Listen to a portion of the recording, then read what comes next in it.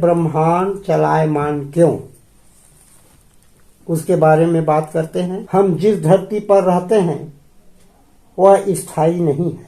हमारी धरती भी जिस ब्रह्मांड में है वह भी स्थायी नहीं है। जब हम ही स्थायी नहीं है तो धरती और ब्रह्मांड कैसे स्थायी रह सकता है। आज हम इसी के बारे में विचार करते हैं। हमें कौन चलायमान रखता है। हम अपनी नजरों से हवा, पानी, अग्नि, बादल, चांद, सूरज, जीव जंतु, तारे एवं अपने आप को चलायमान पाते हैं।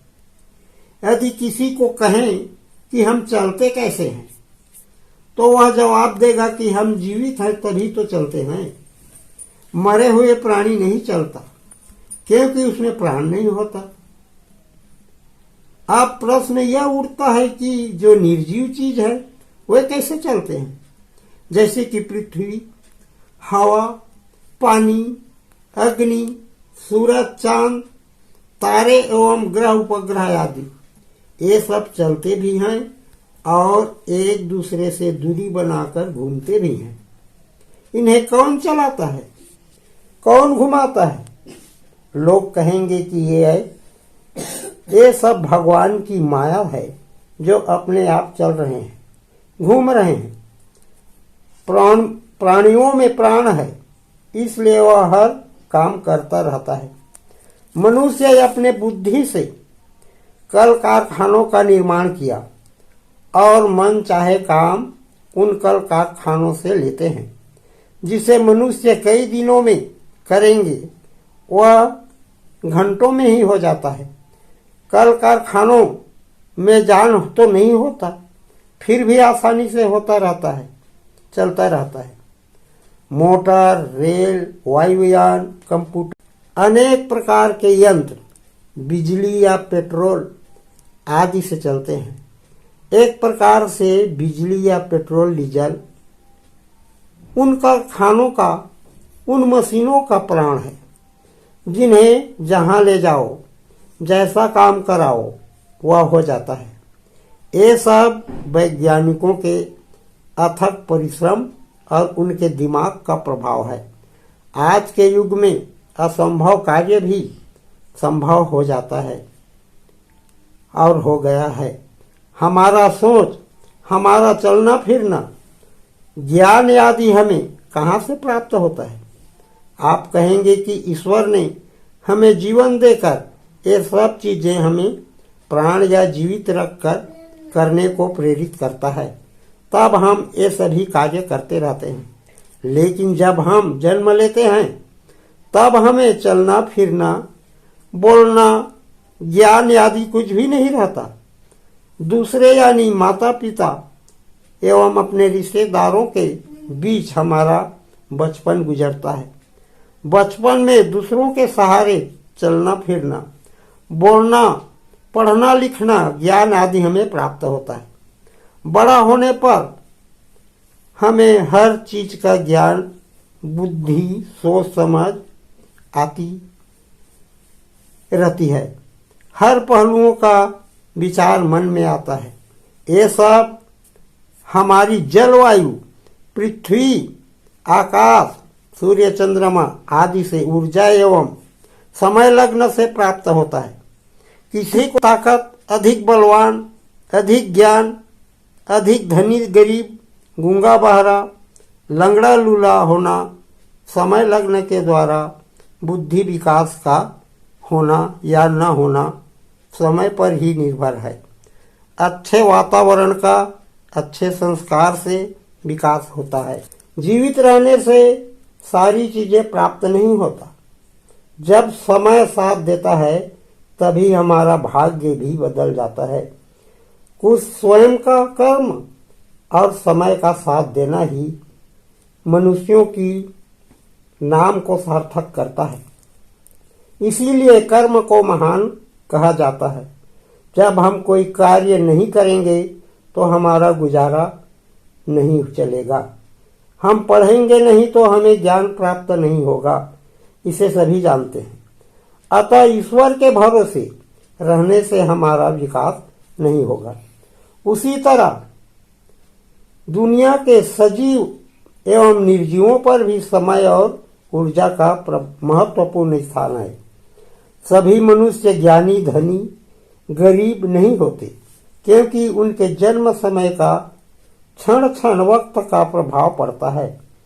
जीवन के साथ साथ समय, लग्न का एवं पांचों प्रकृति से ऊर्जा प्राप्त ही सबका विकास एवं विनाश है। इसी से हम चलायमान हमेशा रहते हैं। हमारी पृथ्वी में सूर्य की गर्मी, चंद्रमा की शीतलता, समुद्र की पानी, हवा का दबाव आदि से पृथ्वी के अंदर गर्मी से पानी भाप में बदल जाता है और ज्वालामुखी हो जाता है। बाहर निकलता है तो ज्वालामुखी कहलाता है, यदि बाहर न निकले तो भूकंप आता है, जिससे पृथ्वी में कंपन होता है। उसी से पृथ्वी चलायमान हो गया है, जो हर हमेशा चलने के साथ साथ घूमता भी है। अन्य ग्रह, तारे, चंद्रमा, सूर्य भी चलायमान हो गए हैं। पृथ्वी पर जलवायु के कारण जीवन है, अन्य ग्रहों पर जीवन नहीं है। कारण कि जलवायु के नहीं होने से उन ग्रहों पर कार्बन डाइऑक्साइड अधिक मात्रा में बनता है, जिससे अधिक ऊंचाई पर उड़ते हुए चलायमान है। जिस ग्रह में या तारे में कार्बन डाइऑक्साइड कम बनता है तो वह पीछे हो जाता है। सूर्य तो आग का गोला है, उसमें कार्बन डाइऑक्साइड अधिक होने के कारण कभी दक्षिण तो कभी उत्तर की ओर खिसकता रहता है, जिसे दक्षिणायन या उत्तरायण कहा जाता है। हमारी नजर में रात के समय ब्रह्मांड का बहुत सा भाग दिखलाई देता है। हम जितना भी ऊपर जाएं तो हवा पतली होते हुए कार्बन डाइऑक्साइड के लोक में पहुंच जाएंगे, पर वहां कोई बचेगा नहीं। तारों में का कार्बन डाइऑक्साइड अधिक होने के कारण रात में दूर में चलते हैं। सभी ग्रह, सूर्य, चंद्र, तारे गुरुत्वाकर्षण से दूरी बनाए हुए घूम रहे हैं। यदि किसी का गुरुत्वाकर्षण कम हुआ तो उसमें विस्फोट होकर उल्का पिंड बन जाता है, जो कहीं भी किसी पर गिर सकता है। कोई भी ग्रह में गिरने से वहां गड्ढे आदि बन जाते हैं, जैसे चंद्रमा में दिखता है। कुछ कुछ पृथ्वी पर भी गिर जाता है, जिससे झील आदि बन गए हैं। दूसरे ग्रह में भी गड्ढे बन गए होंगे, यह मेरा विचार है। जिस प्रकार पृथ्वी के ज्वालामुखी से लावा आदि गर्म पदार्थ निकलता है, उसी प्रकार अन्य ग्रहों या तारों से भी उल्कापिंड जैसे पदार्थ टूटकर या विस्फोट से निकलकर गिरता है, जो कभी भी किसी पर गिर सकता है। भूकंप जैसे कंपन से ये सभी ग्रह तारे चलायमान हो गए हैं। जिस प्रकार सूर्य के प्रकाश से चंद्रमा का एक भाग प्रकाशित होता है और दूसरे भाग अंधेरा रहता है, उसी प्रकार सूर्य का एक भाग हमेशा जलता रहता है और दूसरे भाग जलता नहीं है। यदि दूसरे भाग जलता होता तो रात कभी न होता, क्योंकि हम सुबह शाम सूर्योदय या सूर्यास्त के समय सूर्य को आकार में छोटा बड़ा देखते हैं एवं सुबह शाम गर्मी का प्रभाव कम महसूस होता है। खुली नजरों से सूर्यास्त और सूर्योदय के समय देख सकते हैं, दोपहर को नहीं। वैसे एक बात और, जब सूर्य उत्तरायण या दक्षिणायन होता है तब गर्मी कम और ठंड ज्यादा हो जाता है। सूर्य की किरण तिरछी पड़ने से इससे यह अनुमान लगाया जा सकता है कि तिरछी किरण उतना गर्म नहीं रहता जितनी की सीधी किरण अधिक तापमान देता है।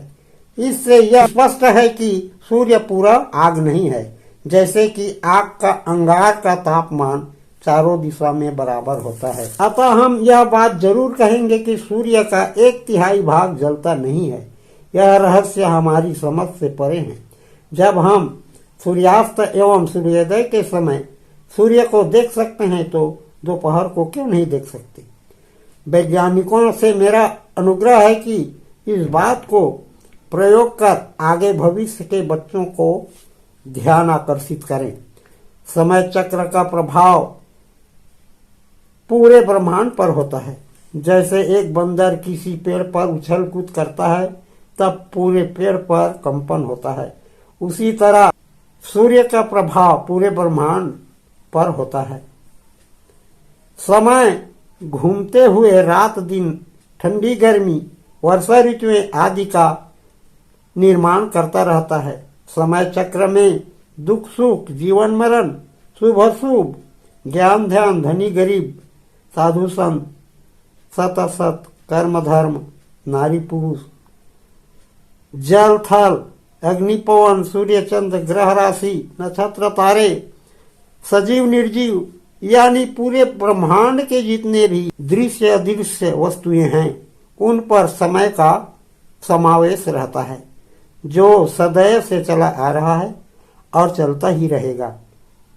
आते समय जिस दिन नक्षत्र होगा उसी दिन ब्रह्मांड का विनाश हो जाएगा। वैसे तो समय कभी भी खत्म नहीं होगा, यह मेरा अनुमान है, आगे उसकी मर्जी।